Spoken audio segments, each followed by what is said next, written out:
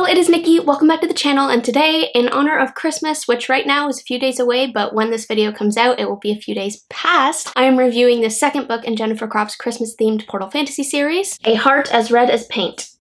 So this is the sequel to A Soul as Cold as Frost, which I reviewed and staged not too long ago. In it, we return to Helen Bell, our protagonist from the first book. We're coming around to Christmas time again. That's when the portal between these two worlds opens, and she gets a mysterious summons back to the world of winter from this very strange Ghost of Christmas Past type monster thing, which gives her a limited amount of time to solve this riddle in order to save the world of winter. So she's sucked back into this world that she left last year, again reunited with her patrolman Zane Cohen, and together they have to go on this quest to A, solve the riddle, but also to avoid the big bad who is hunting them. I read this book in a matter of a couple days. I found it very hard to put down. I thought that Helen was really compelling as a main character. I liked her in the first one, but I continue to like her in this one, which is a really good sign for me because I tend to be kind of fickle with protagonists. It felt tighter plot-wise, like it felt less meandering, more like everything had a purpose and we knew where we were going. Self-contained, even just like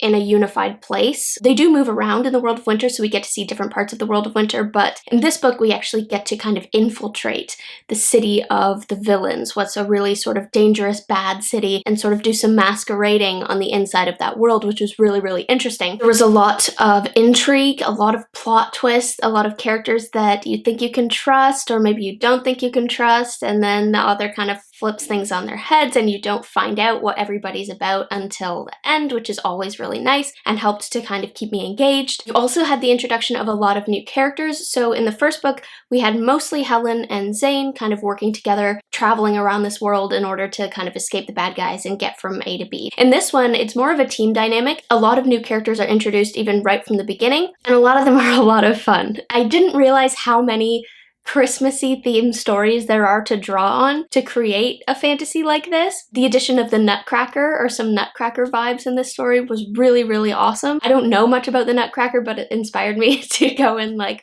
find out a little bit more about it, watch one of the Disney versions of the Nutcracker just to get a sense of who these people are. For example, we have a sort of warrior version of the Sugar Plum Fairy, which is just so cool. We have an actual Nutcracker figure, a runaway prince who is known for cracking nuts in court. So a lot of those just like really, really fun themes and little nods and tributes just make this story sing, I feel, and that's one of the things I love most about the series, is that there are so many little details, and if you know these Christmassy stories, you can pick them out. A lot of the story has to do with Helen kind of losing herself a little bit in the mission, in her desire to kind of solve the riddle and find out, you know, where the danger is. She puts herself in this position where she has to masquerade as this beautiful, well-known lady of court in the Crimson Court, which is sort of like, I don't know, sort of a sketchy place to be in this world, especially if you are a follower of the truth, which Helen and all her friends are. So they have to infiltrate this very, very dangerous setting, but in order to do that, she sort of has to pretend to be this person that she's not,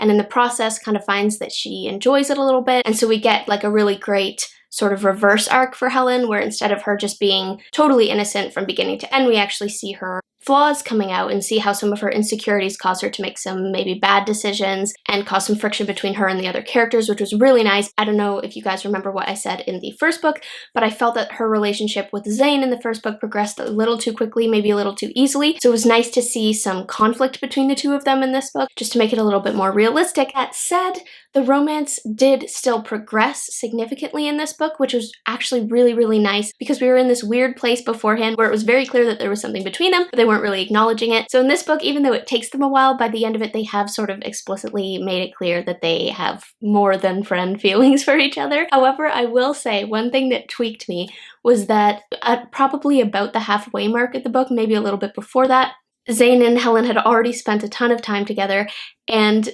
their time together involves a lot of like physical touch, which I don't mean in a weird way. It's just like he's always whisking her away somewhere, or grabbing her and skating her somewhere, or throwing her over his shoulder, and it's all like fun, and they're very, very comfortable like touching each other like more than friends. And yet there's a moment in the book where she is saying like, oh, Zane would never think of me that way, and like I'm not even sure I think of him that way. And as the reader, I just felt a little bit insulted, like, okay, it's explicitly, so flagrantly obvious that this is not just like a working relationship. Like, you're lying to yourself and lying to us if you say that you haven't thought of him as more than a friend. So that was just a little bit weird. I feel like it maybe didn't fit and it didn't super make sense with the characters, but it was ironed out fairly quickly because, again, by the end of this book, they acknowledge their feelings and were very clearly in a new place at the end of the book. As far as I can remember, everything is fairly clean. There's no swearing other than Zane's occasional bloody. Violence is pretty tame. There are some sort of like flirtatious comments made about Helen's appearance as she's masquerading as this very, very beautiful figure in court. She draws a lot of attention for that and actually becomes sort of a distraction, not only to the people in court, but to her own team.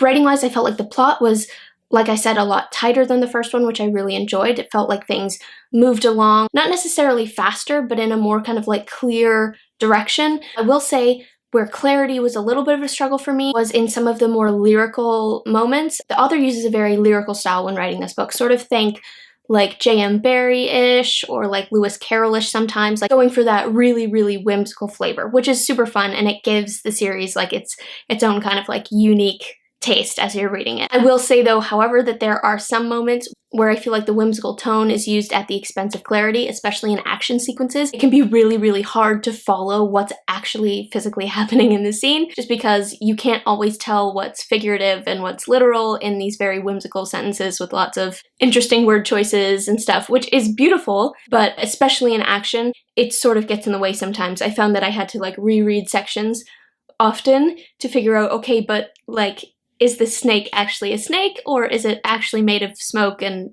liquid? I don't know. Is that just figurative language that's being used, or is that literally what you mean? Sometimes, especially in a fantasy world where anything can happen, it's a little bit hard to tell what she's trying to say and if she means her lyrical wording to be taken literally, or if she means it to just sound whimsical. So that's by no means a showstopper or anything. It's just sometimes you might have to read things a few times in order to understand what she's getting at. One thing I also really enjoyed about this book is that while the Christian theme is still there and very strong, the series sort of has a Chronicles of Narnia feel in that it's got a little bit of allegory going on, and Helen is very much sort of a part of that, the way that the Pevensey children are a part of Aslan's story in the Chronicles of Narnia. I felt reading the first one that while the themes were obviously valuable and good, I felt that they were maybe a little bit on the nose, a little bit in your face, and maybe sometimes a little bit forced. In this one, I didn't feel that as much. I felt like those themes really had a place and that they really clicked with what was going on in the story, and that the